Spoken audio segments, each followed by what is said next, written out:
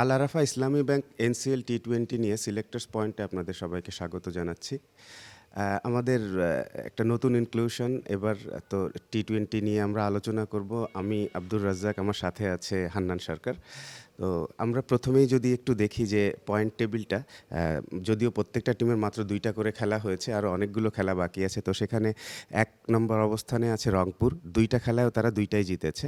Dhaka metro একই অবস্থাতে আছে, 2টাতে 2টা উইন নিয়ে রান রেটের কারণে খুব সম্ভবত একটু পিছিয়ে আছে। রাজশাহী একটা জিতেছে, চট্টগ্রাম একটা, ঢাকা একটা, খুলনা একটা, আর সিলেট এবং বরিশাল হচ্ছে কোনো উইন না নিয়ে 2টাতে 2টা লস করে অবস্থান করছে 7 এবং 8-এ। আচ্ছা হান্নান, আমি এবার তোর কাছে জানতে চাইবো যে আমাদের এই টি-20 করার যে উদ্দেশ্যটা ছিল, তো তোর কাছে কি মনে হচ্ছে যে ফুলফিল হচ্ছে নাকি মানে? না, আমার কাছে তো মনে হয় চমৎকার একটা উদ্যোগ বলতে হবে। টুর্নামেন্টটা আমরা যেভাবে প্রত্যাশা করেছিলাম যে টি-20তে আমরা যেরকমটা আশা করি যে রানের খেলা হবে, উইকেট ভালো থাকবে, ব্যাটসম্যানরা শর্টস খেলবে, বলারদের জন্য চ্যালেঞ্জ থাকবে, সেখানে তারা উইন করতে হবে। সেই কম্পিটিশনটা কিন্তু আমরা দেখতে পাচ্ছি। আমরা যদি দেখি একদম প্রথম ম্যাচ থেকে শুরু করে এখন পর্যন্ত 8টা ম্যাচ হয়েছে এবং 8টা ম্যাচে আমরা যদি বলতে পারি 6 থেকে 7টা ম্যাচই কম্পিটিটিভ ম্যাচ হয়েছে। খুব কাছাকাছি ম্যাচগুলো গিয়েছে, লাস্ট বল পর্যন্ত অপেক্ষা করতে হয়েছে এবং প্লেয়াররা কিন্তু এক্সপিরিয়েন্স নিচ্ছে। মানে তাদের এই টুর্নামেন্টটা খেলার উদ্দেশ্য ছিল যে তারা কম্পিটিটিভ ম্যাচ খেলে যে এক্সপিরিয়েন্স না। বিকজ আমি একটা জিনিস এদের সম্পর্কে বলতে পারি, এরা অনেকেই হয়তো বিপিএলে খেলে না, তাদের হয়তো এই এক্সপোজারটা তারা পায় না, কিন্তু তারা চায় এবং আমরাও চাই বাংলাদেশ টিমে খেলার ক্ষেত্রে তাদের এই ধরনের অনেকগুলো স্টেজ পার করে তারা এক্সপিরিয়েন্স হয়ে আসুক। সেই জায়গা থেকে এই ধরনের টুর্নামেন্ট আয়োজন, কারণ এরা কিন্তু তাদের আমরা কিন্তু এখন জানি, আমরা একটা সময় যখন খেলতাম তখন হয়তো 50 ওভারের ম্যাচ খেলতাম বিভিন্ন লিগগুলোতে বা বিভিন্ন টুর্নামেন্টগুলোতে। এখন কিন্তু তারা প্রচুর টি-20 খেলে, কিন্তু এই ধরনের এনভায়রনমেন্টে খেলে না। সেই জায়গা থেকে এই ধরনের একটা আয়োজন অবশ্যই আমরা যেভাবে চিন্তা করেছিলাম এখন পর্যন্ত সেভাবে কিন্তু এগিয়ে যাচ্ছে। কম্পিটিটিভ ম্যাচ কিন্তু আমরা দেখতে পাচ্ছি।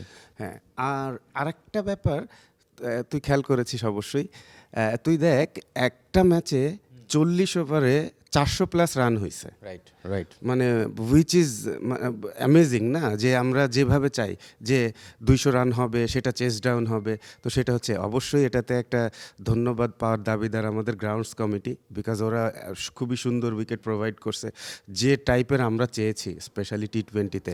এবং আমাদের এটাতে আমাদের ব্যাটসম্যানদের যেটা হয় যে বড় রান করার একটা সুবিধা থাকে, অ্যাট দ্য সেম টাইম বোলাররাও কিন্তু এখানে স্কিলফুল হচ্ছে। আপনার তোর যদি এইখানে ধর 200 রান করলেও ম্যাচ যদি জিততে হয়, ওই টিমের বোলিং সাইডকে কিন্তু স্কিলফুল হতে হবে। তা না হলে ওই যে আগের দিন একদম ফার্স্ট ম্যাচে যেমন হয়েছে, ঢাকা কিন্তু 200 রান চেস করে জিতে গেছে। তো এবং প্রত্যেকটা ম্যাচই আমি যা দেখেছি, যত কম রান হলেও সেটাও বেশ ভালো খেলা হয়েছে।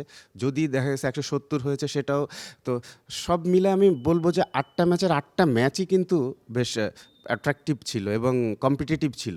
তো যে জিনিসটা আমরা আসলেই চাই যে আমাদের যারা অনেক প্লেয়ার আছে কিন্তু আমাদের সাথে এখনও পর্যন্ত টি-20-তে ইন্ট্রোডিউসড না ওইভাবে। তো যেহেতু আমাদের ন্যাশনাল টিম টি-20 খেলে, ওয়ার্ল্ড কাপ খেলি আমরা, বিভিন্ন সিরিজে আমাদের টি-20 টুর্নামেন্ট থাকে। তো সেসব কারণে আসলে এই এই যে একটা টুর্নামেন্ট, কারণ বিপিএলে কিন্তু আমাদের বেশিরভাগ ইয়াং প্লেয়ার খেলার সুযোগ থাকে না। রাইট।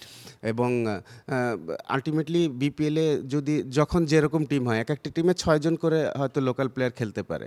তো ধর যদি খুব বেশি হলে 8টা টিমের উপরে যায় না আমাদের, তো 8টা 6টা 48টা প্লেয়ারের বেশি কিন্তু খেলতে পারছে না।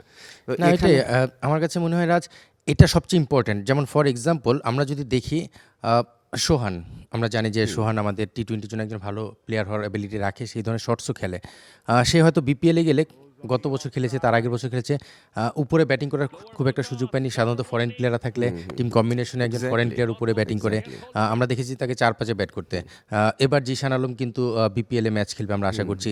জিশান যেমন এখান থেকে তার প্রিপারেশন নিচ্ছে, কনফিডেন্স দিচ্ছে টিমগুলোকে। পাশাপাশি আমরা যদি দেখি তুষার নামের ছেলেটা সিলেট ডিভিশনে যে খেলছে, তুষারকে কিন্তু অনেকেই চেনে না। সে হয়তো এবার বিপিএলে টিম পেয়েছে, কিন্তু কেন পেয়েছে, কী পেয়েছে অনেকেই জানে না। এই টুর্নামেন্টটার দিকে কিন্তু সবার নজর রয়েছে। সো এই প্লেয়ারগুলো এবার হয়তো প্রায়োরিটির দিক থেকে একটু উপরের দিকে আসবে। সো লোকাল প্লেয়ারদের এই প্রায়োরিটি দেওয়ার যে একটা প্ল্যাটফর্ম, সেটা মনে হয় আমাদের এনসিএল টি20। সো সেই জায়গাটা কিন্তু তারা পেয়েছে। রাজ, আমার কাছে একটা জিনিস অবজারভেশন ছিল, আমরা যদি এবার দেখি, তুই যেহেতু বলিংটা খুব ভালো বুঝিস এবং এই ধরনের টুর্নামেন্ট প্রচুর খেলিস, ইভেন এখনও লেজেন্ড ক্রিকেট খেলিস, টি20 ফর্মেটটায় বলারদের জন্য যখন চ্যালেঞ্জটা আসে এই ধরনের ব্যাটিং উইকেটে স্পেশালি আমি বলবো, তখন কিন্তু এই এক্সপিরিয়েন্সটা আসলে তারা যখন গ্যাদার করছে, তারা কিন্তু নর্মালি একটু স্পিনিং উইকেটে যে সাপোর্টটা পায়, এখানে কিন্তু সেই ধরনের সাপোর্ট পাচ্ছে না আমরা দেখছি। বলাররা কিন্তু প্রচুর পানিশড হচ্ছে, স্পেশালি স্পিনাররা প্রচুর মানে এক্সপেন্সিভ হয়ে যাচ্ছে, সেখানে কিন্তু তাদের জন্য বেশ একটা এক্সপিরিয়েন্স গ্যাদার করছে। সেখানে চ্যালেঞ্জগুলো আমার মনে হয় তোর কিছু যদি আইডিয়া থাকে যে কী ধরনের চিন্তাভাবনা করা উচিত সেখানে বোলিং করার সব ক্ষেত্রে। থেকে বড় যে ব্যাপারটা এটাই হচ্ছে ভালো, যে একদম শুরু যারা করছে ওরা ওরা জানবে যে টি20 ক্রিকেট আসলে এরকম কঠিন। তুই যে কোনো ইন্টারন্যাশনাল টি20 যদি খেলতে যাস ঠিক এইভাবেই হবে, বিকজ ওইখানকার উইকেট এরকম থাকে, এই ভালো উইকেট থাকে, ইভেন যারা ব্যাটিং করে ওরাও বেশ স্কিলফুল। তো এই টি20তে ড্যামেজ থাকবেই, তো ওটাকে মিনিমাইজ করা। তো আমি 100% শিওর যে ওরা যেহেতু মাত্র 2টা ম্যাচ করে খেলেছে এক একটা টিম, পুরা সিরিজ টুর্নামেন্টটা শেষ হওয়ার পরে দেখবি ওরা নিজেরাই তোকে বলতে পারবে যে ভাই এটা এরকম করলে মনে হয় আরেকটু বেটার হয়, অথবা অনেকে নিয়ে নিয়েছে। ইভেন গতকালকে যেমন রাব্বি এসে জিজ্ঞেস করছিল যে ভাই আমি এগুলো ডিফিকাল্টি ফেস করছি, এগুলো কি করা যায়। তো তার মানে দেখ ওর মাথা ক্লিক করা শুরু করেছে, এর আগ পর্যন্ত ও জানতো যে ও জানে সব কিছু, বাট রাইট। সো এইসব জিনিসগুলো আমাদের ইমপ্রুভ হচ্ছে, বা আমি 100% শিওর যে এগুলো ইমপ্রুভ হবে। এবং বোলারদেরকে প্রত্যেকটা বলে বলে কেয়ারফুল থাকতে হয়, কারণ টি20 হচ্ছে just matter of momentum and 1 over. যে এক ওভারের মধ্যে কিন্তু মোমেন্টাম এদিক ওদিক হয়ে যায়, যে এক ওভারে 2টা উইকেট পড়ে গেল, অথবা এক ওভারে কেউ যদি 3টা 6 মেরে দেয়, তো মোমেন্টামগুলো শিফট হচ্ছে। এই সব জিনিসগুলোতে হ্যাবিচুয়েটেড হবে যখন আমাদের প্লেয়াররা, আমি মোটামুটি শিওর যে আমাদের টিম আসলে ভালো করবে। এখানে আমরা এই 2 রাউন্ডে 2 দিন ম্যাচ দেখলাম, 8টা ম্যাচ। এখানে কিন্তু আমরা একটা জিনিস প্রতিফলন দেখেছি যে ইয়াং প্লেয়াররা বেশ প্রমিজিং প্লেয়ার যারা, তারা ভালো করছে। সঙ্গে কিন্তু আমাদের কিছু এক্সপিরিয়েন্স প্লেয়ার, যদি তামিম ইকবালের কথা বলি, আমাদের ফরাদ রেজা গতকালকে একটা চমৎকার ইনিংস খেলেছে, ওদিকে বিজয় কিছু ভালো ইনিংস খেলেছে, নাইম শেখ খুব ভালো রান করছে।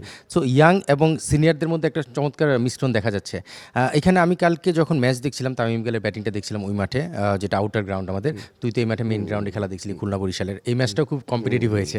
সো ওই ম্যাচে আমি যখন তামিমের ব্যাটিংটা দেখছিলাম, সে যেভাবে ইনিংসটাকে বিল্ড করলো এবং ইনিংসটাকে ফিনিশ করলো, এখানে কিন্তু তার এগেনস্টেই কিন্তু ব্যাটিং করেছে আবার তুষার, জিশান, এদের জন্য কিন্তু এই যে এক্সপিরিয়েন্সটা, তামিম ভাই কীভাবে ইনিংসটাকে বিল্ড করলো, ফিনিশ করলো। কারণ আমরা জানি যে তামিম আমাদের বাংলাদেশের মোস্ট এক্সপিরিয়েন্স একজন প্লেয়ার এবং ওপেনার হিসেবে সবচেয়ে সাকসেসফুল। সেই জায়গায় জিশান, তুষার ওরা কিন্তু ওপেন করে সিলেট ডিভিশনের হয়ে। ইভেন আমরা জানি যে আরও বেশ কিছু ওপেনার, সোহান ভালো ব্যাটিং করছে অ্যাজ এ ওপেনার। আমরা দেখেছি সাব্বির রাজশাহীতে খেলছে, খুব একটা রান করেনি, but he is promising player আমরা আশা করি। সো এরকম অনেকগুলো প্লেয়ার রয়েছে যারা কিন্তু এদের সঙ্গে খেলে হয়তো বিপিএলে সেই ফিলটা করার সুযোগ পায় না, বিকজ কম্পিটিটিভনেস, পাশাপাশি অপরচুনিটি কম পায়। এই টুর্নামেন্টে তাদের জন্য বেস্ট প্ল্যাটফর্ম নিজেদেরকে এই জায়গাটায় এক্সপোজ করার, এবং আমার মনে হয় যে সেই জায়গাটায় তারা কিন্তু অপরচুনিটি পাচ্ছে। আমার কাছে সবচেয়ে ভালো লেগেছে এটা, তামিম খেলছে, মুশফিক খেলবে, আমরা জানি শান্ত খেলবে আশা করছি নেক্সট ম্যাচ থেকে, তাইজুলের মতো প্লেয়ার, এক্সপিরিয়েন্স প্লেয়ার খেলছে, এবং অনেক প্লেয়ার মানে বিজয়, শামসু, সোহান, মিথুন, অনেক সিনিয়র প্লেয়ারও খেলছে। তাদের কাছ থেকে এই ইয়াং প্লেয়াররা, যেমন আজিজুল হাকিম তামিম জাস্ট আন্ডার-19 শেষ করলো, এসে কিন্তু সে সোহানের আন্ডারে খেলছে, এটা কিন্তু তার জন্য বিশাল পথ। এই যে একটা মিশ্রণটা পাচ্ছি আমরা, যে ইয়াং এবং সিনিয়রদের, এই জিনিসটা আমার কাছে সবচেয়ে ভালো লেগেছে এই টুর্নামেন্টের।